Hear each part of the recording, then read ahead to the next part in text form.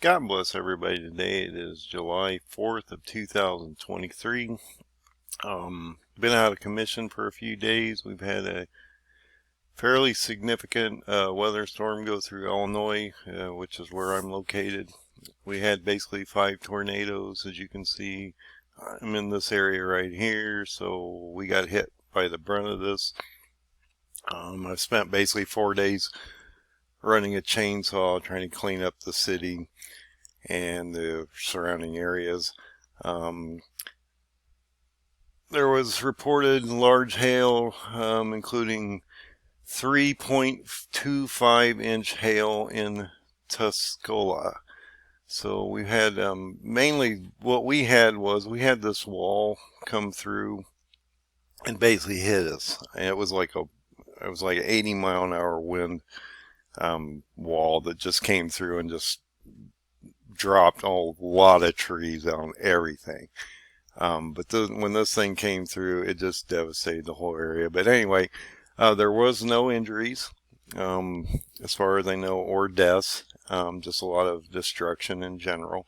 So pray for the community. Realize we had all these different tornadoes. There were basically about 5 of them in different areas. And they did a tremendous amount of damage, especially to our area and some of the other surrounding areas. So just pray for the community. I appreciate it. Thank you so much. So when we get to the Middle East update, we had a couple of things. I'm behind on some of this reporting, so I just want to take you back a couple weeks. A couple weeks ago, we had Hezbollah set up a couple camps on the Israeli border, on the Israeli side, inside Israel. They have dismantled one of these 2 camps. Israel has not attacked them yet or done anything about them, so maybe this will resolve on its own. But it's pretty brazen that the Hezbollah has actually infiltrated into Israel and set up camps inside Israel itself. And this is causing a lot of border tensions, especially around the Lebanese government and that border area between Lebanon and Israel itself. So now Israel has been launching some military operations against these different areas, but we've just had one of Israel's largest military operations in decades happen here. You can watch some of the video here. There's been 9 people injured in a Tel Aviv car attack. There's been some stabbings and different things like that. This is starting to escalate. As you can see, there's a lot happening on the ground. It's becoming very destructive. And do realize that if we're in that season, Israel will lose their fortune. They will be under judgment, as God tells us. They're not going to fare well in this. 2/3 of these people, the Jews, non-believing Jews, are going to perish in this. 1/3 by plague, 1/3 by sword, and the third are going to be hidden for this time of tribulation getting ready to come up. And we are in the birth pains and sorrows. We're not in tribulation. That does not happen until the signing of that treaty with the nations and Antichrist. That moves you into the 1260 days between the start of tribulation, where the signing happens, and abomination 1260 days later. After that demarcation of great tribulation is when abomination happens on the Temple Mount. After the 1260 days of tribulation, abomination occurs on the Temple Mount, and then we move into great tribulation. Shortly after that, you see those 2 witnesses perish. So do realize that there's a lot happening on the ground. Some of these major attacks are in Jenin. This is a major place where we're starting to see a lot of destruction. Part of this massive operation Israel has launched is in Jenin to try to quell some of this violence that's happening over there. A lot of things are happening. As you can see, this is, nobody's talking about a lot of this stuff, and how Iran and Israel are going to go at this first. If you look at how the prophecies are laid out, Israel attacks and deals with the Assyrian first, but does not complete this job. They fail. And then, as you look in Daniel 10, he says what? Once Michael goes against him, then he brings in Greece, or the king of Greece, which is Turkey. And so Turkey's going to get into this fairly soon. And so you need to keep an eye on these things and realize that we are working into a Daniel 8 prophecy as we speak.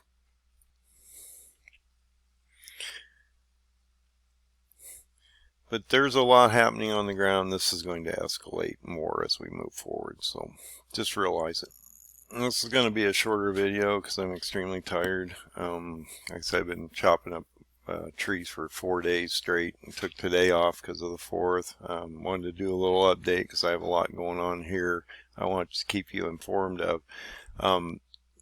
Sweden is not going to get the nod from Turkey, as I've been talking about, and they are Sweden consider harboring terrorists in the Kurds, and Erdogan's not going to tolerate this. And I've been talking about this for a while, and how he's going to probably remove himself from NATO and then invade into Syria and Iraq, as we see him doing some northern shelling in the Iraqi sections as we speak.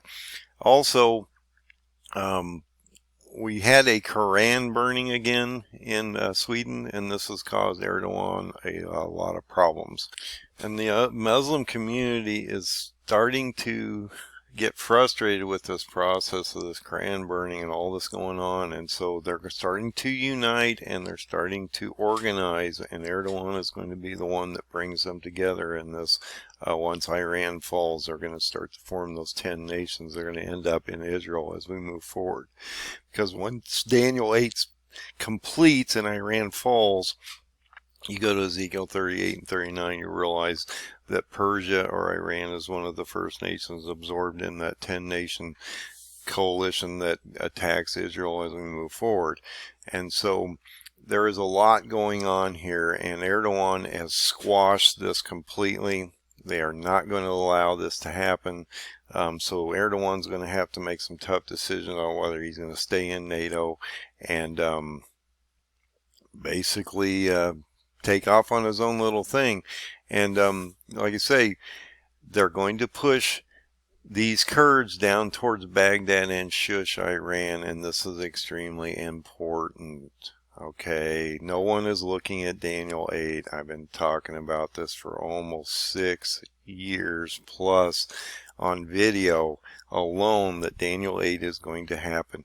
And I've given you the time frame between now and October of this year that we're going to see an attack on Israel based on my paradigm. And so let's keep an eye on all this stuff. So when we go to the 2 and 10-year bond spread, we're at a 1.06% negative spread. This is historic. It has been as high as 1.09% spread. When we did this in the past, we lost all the banks. I'm expecting this to start to happen. You've had a long weekend. You've had a unique start to this week, because you had Mondays, you had markets open for a half day, then they shut down through the 4th, and they're going to open on Monday, and the markets are going to end up being weak. OPEC and Russia are cutting oil to try to drive prices back up to that $90 barrel level, and so all these things are going to start to play on inflation, and we're going to start to see potential bank collapses as we move forward due to this 10-2-year treasury spread. So now that we're through June, we've gone through the second quarter, and we're going to start to see second quarter reports come out on earnings and all kinds of different things. One things you need to watch are called the Jolts report, or the job openings and labor turnover survey. This starts to show you the number of unemployed persons per job openings, seasonally adjusted. One of Jay Powell's and the Fed's mandates is to create a lot of pain, so you're potentially going to see unemployment move up tremendously. Also, as you start to see these earnings come out for this second quarter, they're going to come in fairly light or not so strong, and these are going to compress margins, and due to this margin compression, you're going to start to watch people get laid off, because these companies don't have the ability to hold these employees as their margins are being compressed. And we're moving into the third quarter. You get into September, we start watching people lay people off due to seasonal conditions anyway. So if I bring you back to this chart, you can sort of see a year ago today, or around this time, we started this inversion, and as you can see, this is a trench moving down, and this is just going to potentially widen. If the Treasury, if they start to sell Treasury bonds off of the balance sheet, which they have about $9 trillion on this, that will actually accelerate the back end of the curve, and so the 10-year would move up. One thing you should know is that the 10-year is up to, so the 10-year is moving up. Also, well, actually everything is melting up, let's put it that way. The 2-year is moving towards 5 again. This is causing Jay to look at that 6% core inflation again, which is why he's potentially going to raise 2 more times. Then if you go to the 10-year, this is a problem, because you go to 3.847.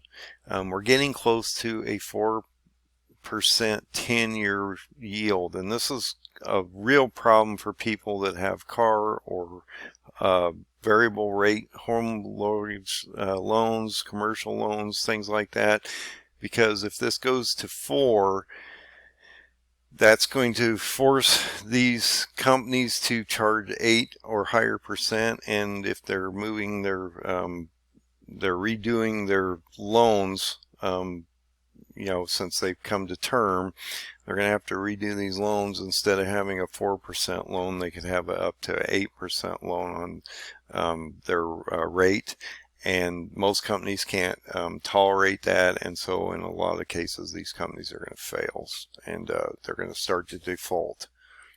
And so you want to sort of keep an eye on these job numbers for June. This will be for second quarter. We had a high number on non-farm payrolls in the last month, which caused the Fed all kinds of problems, because they're not getting any unemployment to actually happen here, and inflation really isn't coming down. Core is staying basically the same, and they're jimmying the numbers so that it looks like other inflation is moving down, but they don't add any information in there that really matters. And so if you go out to these reports, you can start to see that in general the labor market is still strong, and this is causing Jay Powell, by the way, the Fed, to basically raise interest rates and try to get, he wants a percent of the population that's employed to basically be unemployed. And so you're talking a massive amount of potentially millions of people being laid off in a short period of time. And as we watch this economy contract, and we start to see this massive slowdown in China and all these other things happen, you're going to start to see huge numbers of layoffs happening. And I just found this report. This just came out. Israel is winding down the West Bank offensive, but they're getting pummeled with rockets from Gaza, which is raising a potential fighting risk on a new front. And so they have multiple fronts that they're dealing with at this time. This is going to accelerate. We're actually, if you take that January 24 date that I show on the paradigm, and you move that 20, now he states 21 days that Michael goes against him, and then he brings in Grisha. or the king of Turkey. I noticed that if you go from January 24th to now, we have crossed that. Actually, it's 21 weeks from that time, and so I don't know if that has any correlation. Just saying, no, we're into the 4th. We moved past 21 weeks or 21 days. I'm not sure what that means in God's terms, but as you can see, this is accelerating. And so we need to understand, is there something potentially going to really break down between now and potentially October based on the paradigm and what I've shown you out here? But the tensions are getting extremely crazy. A lot of Palestinians have died in this confrontation, and some Jews have been also killed on the other side, especially in that car attack and some different things like that. And so just realize this is happening. There's a lot going on the ground, and you need to keep updated on these things. And the last thing I'll go into tonight is the Syrian live map. As you can see, Erdogan has started this new front over here. So you can see he's got multiple different areas that he's bombing. Also, pro-Assad forces have come up and reinforced this area where he's been bombing over here. And so we're starting to watch the Syrian-Turkey breakdown, as well as we're watching Erdogan attack in Iraq. And I keep talking about, if you go back in time, in history, you look at this. The Babylonians started to come down through here towards Damascus, but they were also going against Iran, and they were pushing the Medes down towards Baghdad into that Shush, Baghdad, Iran area. And then these two groups aligned, and then Turkey came down and smashed them. But they were already in the process. And if you think about that, that's why I keep saying October is not a date that this could not happen in. It could happen. Iran would get destroyed first by Turkey as the Kurds collapse. And then, because he's already driving down into these areas already, and through some of this area, Damascus and some of this, that Israel is a fairly close